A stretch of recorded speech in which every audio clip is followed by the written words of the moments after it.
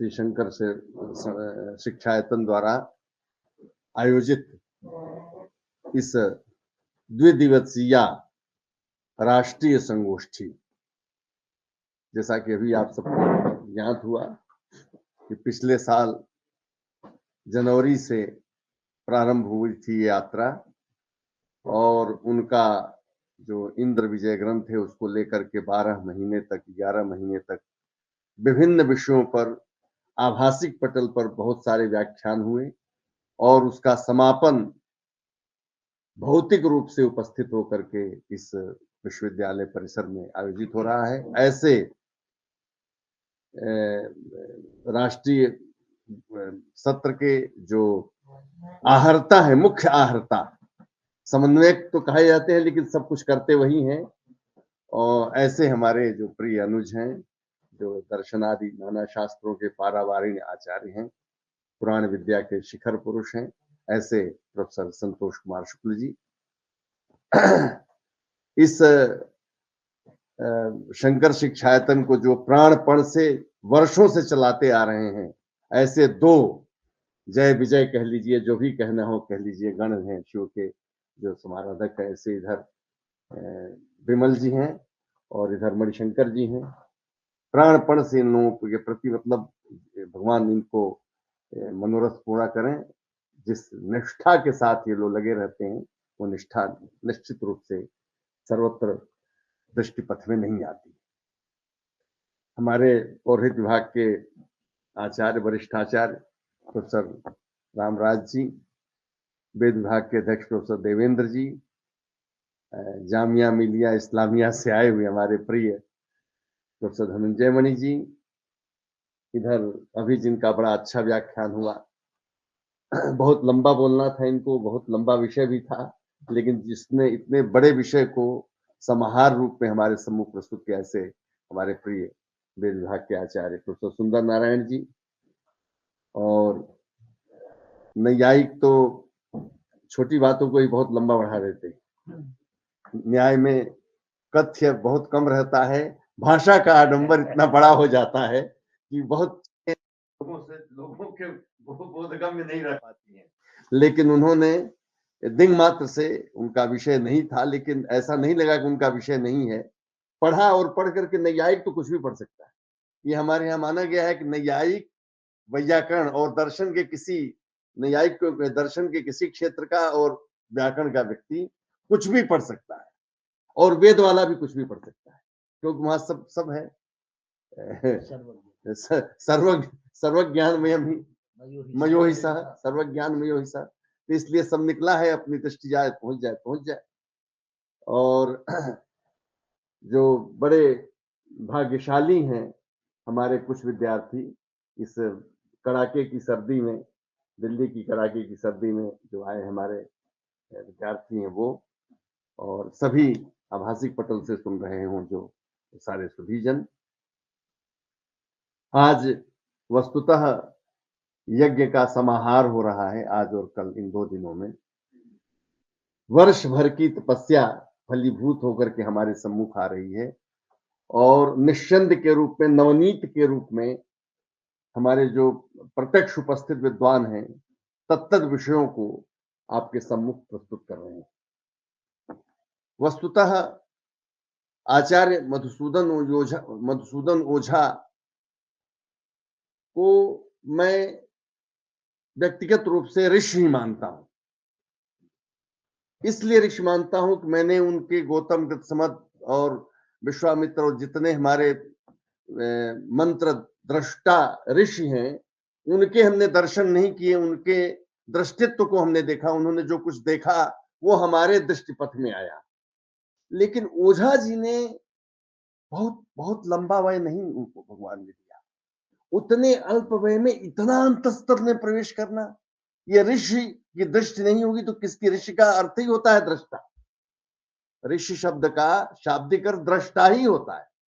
ऋषिर दर्शनात्, व्यास कहते हैं, साक्षात्कृत धर्माण ऋषयो बभूवु तेवरेभ्यः असाक्षात्कृतभ्यः उपदेशेन मंत्रान् संप्रादु, वेदाश्च वेदांगान् इत्यादि। सब। तो तो ये ऋषि बनता ही है दृश्य से। द का लोप उसमें ऐतरेय में शतपथ में भी आया है। द का लोप हो जाता है, ऋषि बचता है, की प्रत्यय। तो ऋषि से की, और की का इकार का लोप हो गया, ई आ गया, आगे क का ई आ गया, तो ऋषि बन गया।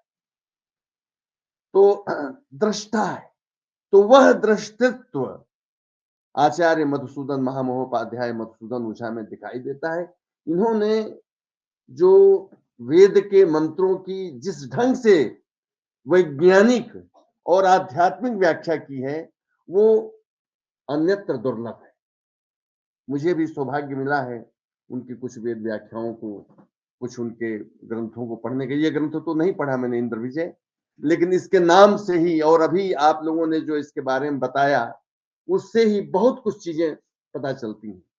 5 प्रक्रमों में विभक्त यह ग्रंथ है, और आचार्य शुक्ल जी ने आपके सम्मुख पूरी इसके विषय वस्तु की पूरी उपस्थापना संक्षेप में, लेकिन अत्यंत विशद रूप से की, स्पष्ट सुस्पष्ट रूप से इनको उपन्यस्त किया। कितनी सूक्ष्मेक्षिका के द्वारा, कितनी सूक्ष्म दृष्टि के द्वारा ओझा जी ने रहस्यों को प्रख्यापित करने का सफल प्रयास किया है। और अभी आपके आइए आइए आचार्य जी, और अभी जो कही गई है, ये इतिहास की दृष्टि, इतिहास की बात हो रही थी। गोपाल जी ने भी कहा था, इतिहास पुराणाभ्याम वेदं समुपरिंहेत। तो अभी संतोष जी ने बताया था कि पुराण इतिहास है, और इसकी व्याख्या भी की थी। इतिहास और पुराण में क्या भेद है ये भी बताया, और पुराण बड़ा इतिहास है, दैवी इतिहास है। इसीलिए आपको भ्रम नहीं, इतिहास पुराणाभ्याम कहने से ये नहीं समझना चाहिए कि इतिहास अलग है, अलग है, बल्कि इतिहास एक पक्ष को उद्भासित करता है, और जो दूसरा अदृष्ट पक्ष उसका है, उस समग्र को उद्भासित करने वाला जो है वह पुराण है। इसलिए वहां पर इतिहास और पुराण दोनों कहना अपेक्षित था सायण को, तब उन्होंने कहा। और जब तक बिना इतिहास और पुराण के आप वेद में चंचुक प्रवेश कर ही नहीं सकते। इतिहास की दृष्टि बड़ी विमल दृष्टि है, वह मंत्रार्थ को उद्भासित करने में महत्वपूर्ण भूमिका निभाती है। मैंने लगभग 25 वर्ष पूर्व 2000 या 1999 के आसपास एक लेख लिखा था, वेद व्याख्या के नैरुक्त प्रस्थान में इतिहास की भूमिका। उसमें कुछ मंत्रों को लेकर के, और वो यास्क भी जब व्याख्या करते हैं तो तुरंत कहते हैं यथा ऐतिहासिका। इस ढंग से वो उदाहरण बहुत सारे देते हैं, और अनेक मंत्रों की व्याख्या के प्रसंग में उन्होंने इतिहास को बिना उसके स्पष्ट बात नहीं होती उसको बहुत अच्छे से बताया, स्पष्ट किया है। आप एक मंत्र मुझे याद आ रहा है, ननूनमस्ति नोश्वः कस्तद वेद यदद्भुतम अन्यस्य चित्तमभिसंचरेण्य मुताधीतं विनश्यति।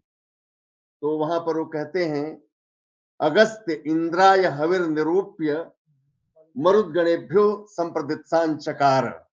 बिना इसके अर्थ कैसे लगेगा इस मंत्र का, कभी आप प्रवेश कर ही नहीं सकते। तो और उसके बाद से फिर जो वो इंद्र एत्य क्या कहते हैं, देवयान चक्र, वो रोने लगा। और तब जब वो उसका अर्थ करते हैं कि ये ननु नमस्ति, नूनम, ये जो निपात है, इसका कैसे किस अर्थ में कहां प्रयोग होता है, इसको उन्होंने व्यक्त किया है। तो ननु नमस्ति कहता है कि नूनम नास्ति, आज जो हम आए थे जिस हवि के, कहा उन्होंने कि कल खिलाएंगे।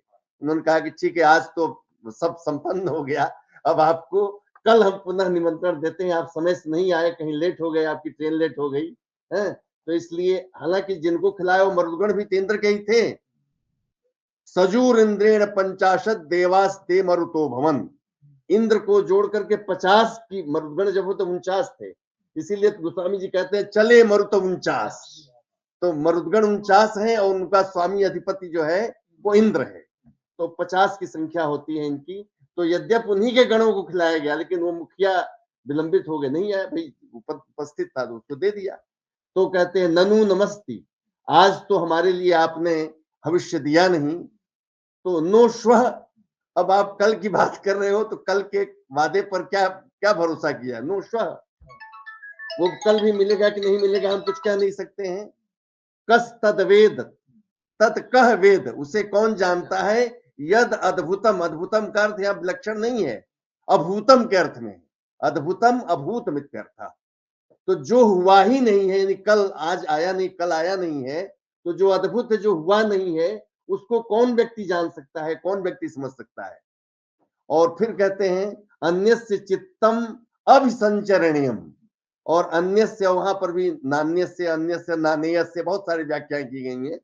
चित्त जो है चंचल होता, अभिसंचरणीय, चल संचरणीय, संचरणशील होता है, यानी चित्त स्थिर नहीं होता है। मन कर रहा है कि आपको देंगे, नहीं देंगे हम, तो अन्य चित्तम अभिसंचरणीयम, चित्त जो है चंचल होता है। उत अधीतम, अधीतम का अर्थ वहां पर अधिकतम किया है। उत मने तथा, अधीतम मने जो अधिकतम हवि, जो अधिकत हवि था, विनश्यति, वो भी नष्ट हो जाएगा। तो इस प्रकार परिदेवयान चक्र, वो परिदेवना कर रहा है, विलाप कर रहा है, रो रहा है। तो जब तक इस इतिहास को, इस आख्यान को, इतिहास क्या कहिए, आख्यान स्वरूप जो इतिहास है, उसको जब तक आप नहीं जानेंगे तब तक वेदार्थ में आपका प्रवेश नहीं हो पाएगा, नहीं समझ पाएंगे। तो इस ढंग से इतिहास पुराण की जो बात कही गई है और आख्यानों की, आख्यानों का बहुत सुंदर समन्वय, बहुत सुंदर गुंफन हमारे ऋषियों ने किया है। और वो आख्यान अनेकत्र हमें संवाद के रूप में मिलते हैं। जो कहा गया जग्राह पाठ्यम ऋग्वेदात, तो पाठ्यम ऋग्वेद, ये नाट्य शास्त्र का जो अवतार हुआ, जो अवतीर्ण हुआ हमारे सम्मुख, तो पाठ्यम ऋग्वेदात, पाठ्य आया कहां से, इन्हीं आख्यानों और संवादों से आया है। जो शैली थी, और वस्तुतः मैं मानता हूं ये जो संवाद और आख्यान है, ये वेद को देव से मनुष्य की ओर ले आते हैं। यानी जो आध्यात्मिकता, शुद्ध आध्यात्मिकता थी, वह लोक में आमजन के लिए कैसे आए, आमजन कैसे हो, आमजन के ज्ञान का विषय वो, इस दृष्टि से इन आख्यानों की उपकल्पना, संकल्पना हमारे ऋषियों ने, हमारे आचार्यों ने की। तो ये, तो आज इस गोष्ठी में, इस उद्घाटनिक सत्र में हमारे सबसे पहले हमारे वेद के परिनिष्ठित आचार्य, घन पाठी आचार्य प्रोफेसर गोपाल प्रसाद शर्मा जी ने बहुत अच्छा विषय सूक्तों के आलोक में इंद्र पर उन्होंने, इंद्र के विविध सूक्त, देखिए पूरे ऋग्वेद में लगभग 250 सूक्त, 10,540 सही एक, 544 सही 1/4, 10,580 सही 1/4, ऋचांग 10 सहस्त्राणि, ऋचांग 5 शतानि च, ऋचामशीति पादश्च पारणम संप्रकृतितम, शौनक ने कहा। तो 10,580 सही 1/4 मंत्रों में से 250 तो अकेले इंद्र को ही, 200 अग्नि को है, और इंद्राग्नि, इंद्रावरुण सम्मिलित छोड़ के केवल तन्हा जो उनके लिए उपदिष्ट है, उनके लिए संबोधित है। तो उसमें इंद्र के बारे में बहुत कुछ बताया, मैं थोड़ा सुन पाया, और बाकी मैं कार्यांतर में चला गया, मीटिंग में चला गया। और उसके बाद से सुंदर नारायण जी को भी जितना सुना, इन्होंने बहुत अच्छे ढंग से भारतवर्ष की सीमा आचार्य ओझा जी ने कैसे निरूपित करने का प्रयास है, वास्तव में वही हमारी सीमा है, और कहीं वहां झगड़ा नहीं है, और प्रमाण हमारा वेद है, और वेद के मंत्र हैं अंतः साक्ष्य, जिसको कह लीजिए, वही साक्ष्य आप जुटाते रहिए, अंतः साक्ष्य के रूप में हमारे ये ग्रंथ, हमारे पूज्य ग्रंथ सामने हैं। विष्णुपद जी ने भी अपनी बात रखी, संक्षेप में उसकी पूजा कैसे हुई और क्या उनका विधान है, इस बात को उन्होंने अभिनंदन कैसे हुआ इंद्र का, ये सब बताया। आज एक व्याख्यान थोड़ा कम रह गया, उसीलिए समय भी थोड़ा बचा, रामानुज जी को कहीं जाना पड़ा, तो वो शायद कल या किसी और समय में आके अपनी बात पूरी करेंगे। मैं बहुत आह्लादित हूँ कि संतोष जी, विमल जी, मणिशंकर जी, ये सारे लोग मिलकर के पूरी टीम वर्क के साथ ओझा जी के कर्तृत्व को हम सबके सम्मुख ला रहे हैं और बहुत शोध करने की आवश्यकता है। एक-एक उनकी वो तो आर्या में, कारिका में, श्लोक में पता नहीं कितने विलक्षण विद्वान थे, मेरी मेधा जाती ही नहीं वहाँ। क्या-क्या उस व्यक्ति के पास था। उनके जब पद्य पढ़ते हैं लगता है उनसे साहित्य कोई है ही नहीं।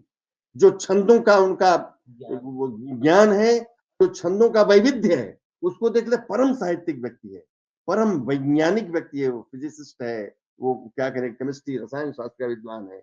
वो वेद का कितना बड़ा, इसीलिए कहता हूँ कि वह जो कुछ भी उनके पास था, वो बिना ऋषि हुए वो संभव नहीं था। इसीलिए वो पूर्ण ऋषि थे, कलिकाल के ऋषि थे और वो धन्य हैं जिन्होंने उनके दर्शन, चाहे गिरिधर शर्मा चतुर्वेदी जी हों, मोतीलाल शास्त्री हों, हमारी पीढ़ी तो नहीं देख पाई उनको, लेकिन इन लोगों के वास्तव में इन लोगों के दर्शन करके हम भी धन्य हैं कि ऐसी ऋषि परंपरा हमारे पास है, रिक्त के रूप में है, हमारे दाय के रूप में हमारे बीच आई है।